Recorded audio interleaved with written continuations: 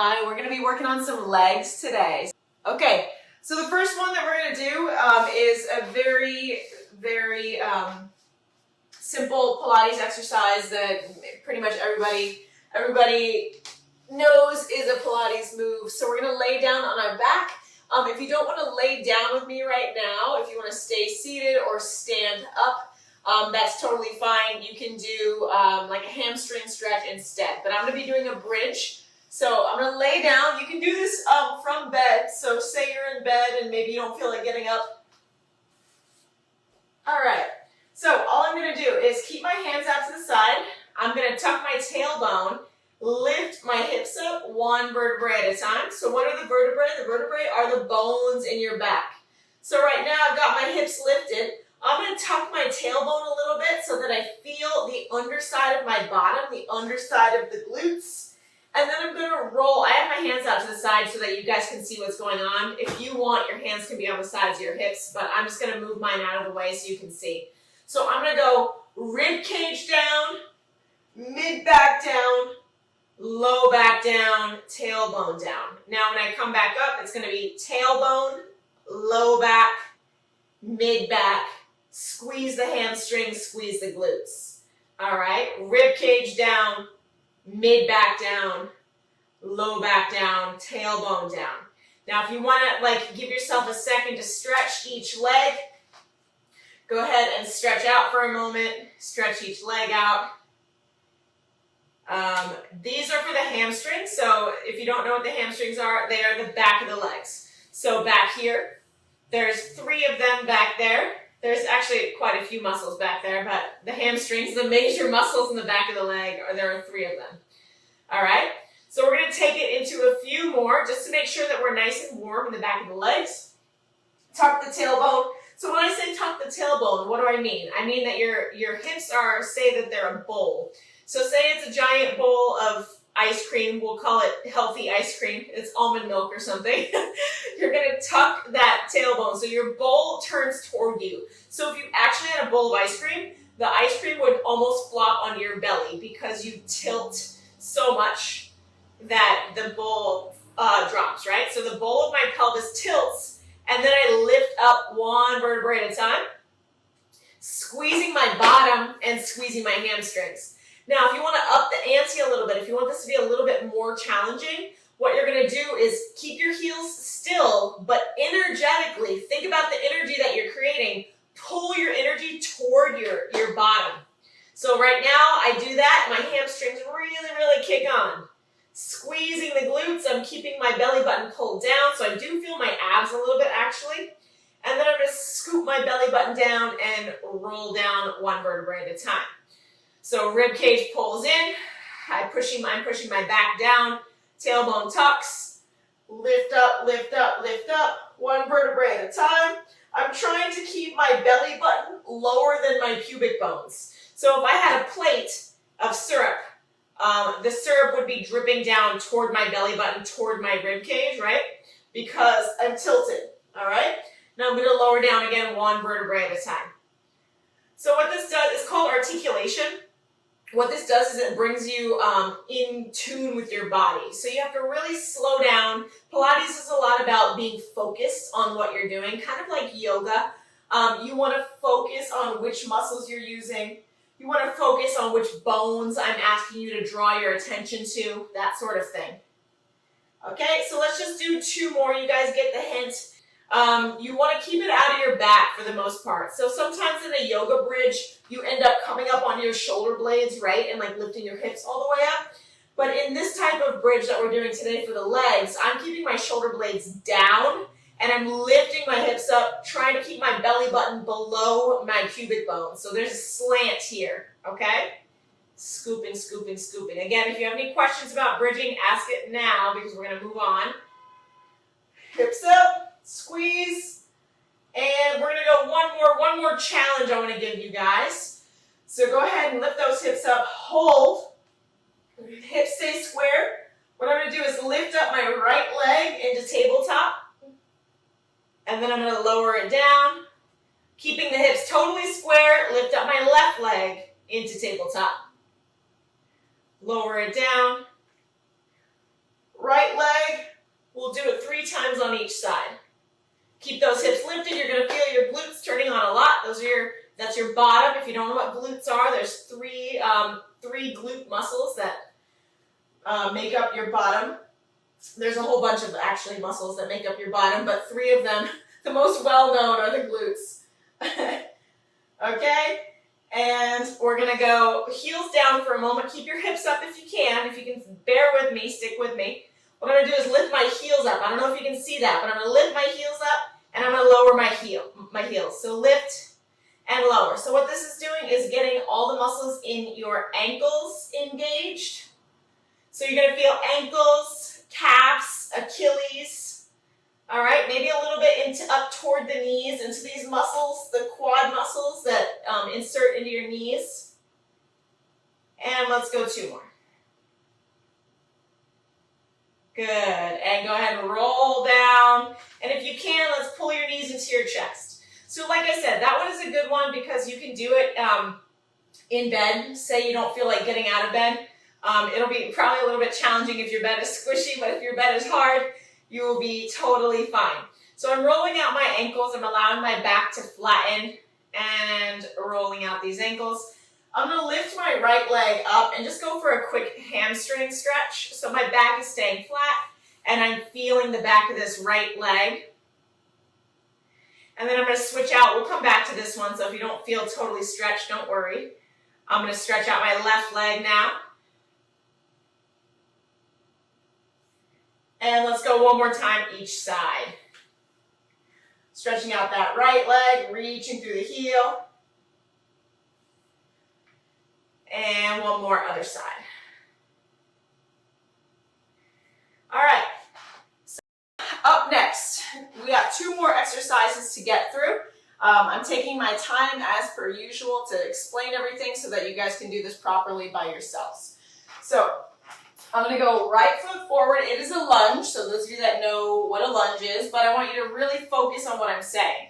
So keep your body weight in this right leg. I'm going to lift up my back toes a little bit, so my back toes are my left toes, right?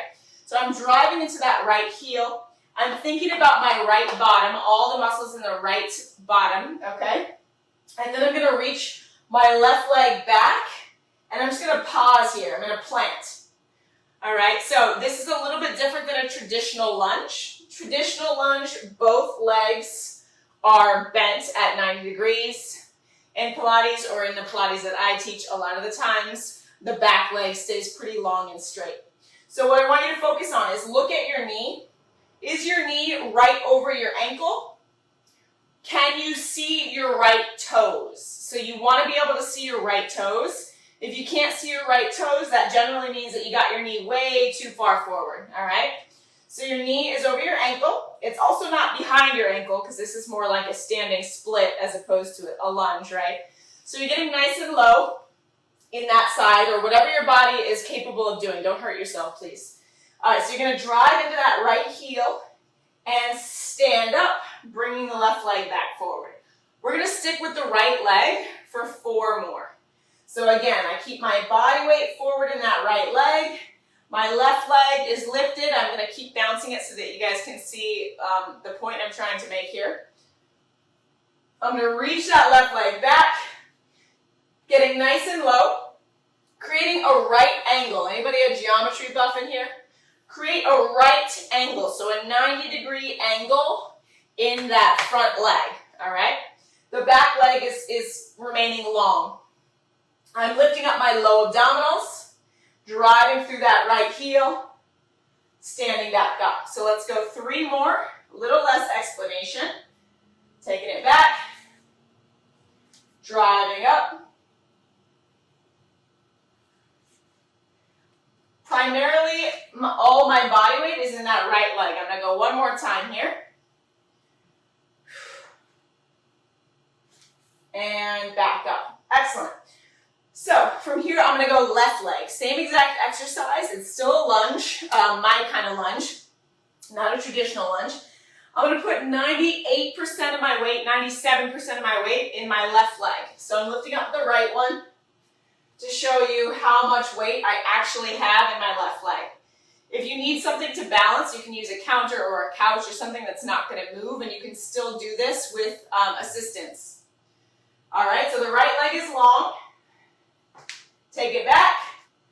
Keep your knee over your ankle. Again, don't let yourself see your toes, or don't let yourself not see your toes. Make sure you can see your toes on that front foot, okay? Drive through the heel, standing up. So finding balance is a great move for balance. Anything that you have to work just one leg at a time is great for balance, building balance, okay? Taking it back, driving through that left heel. 3, I got 2 more here.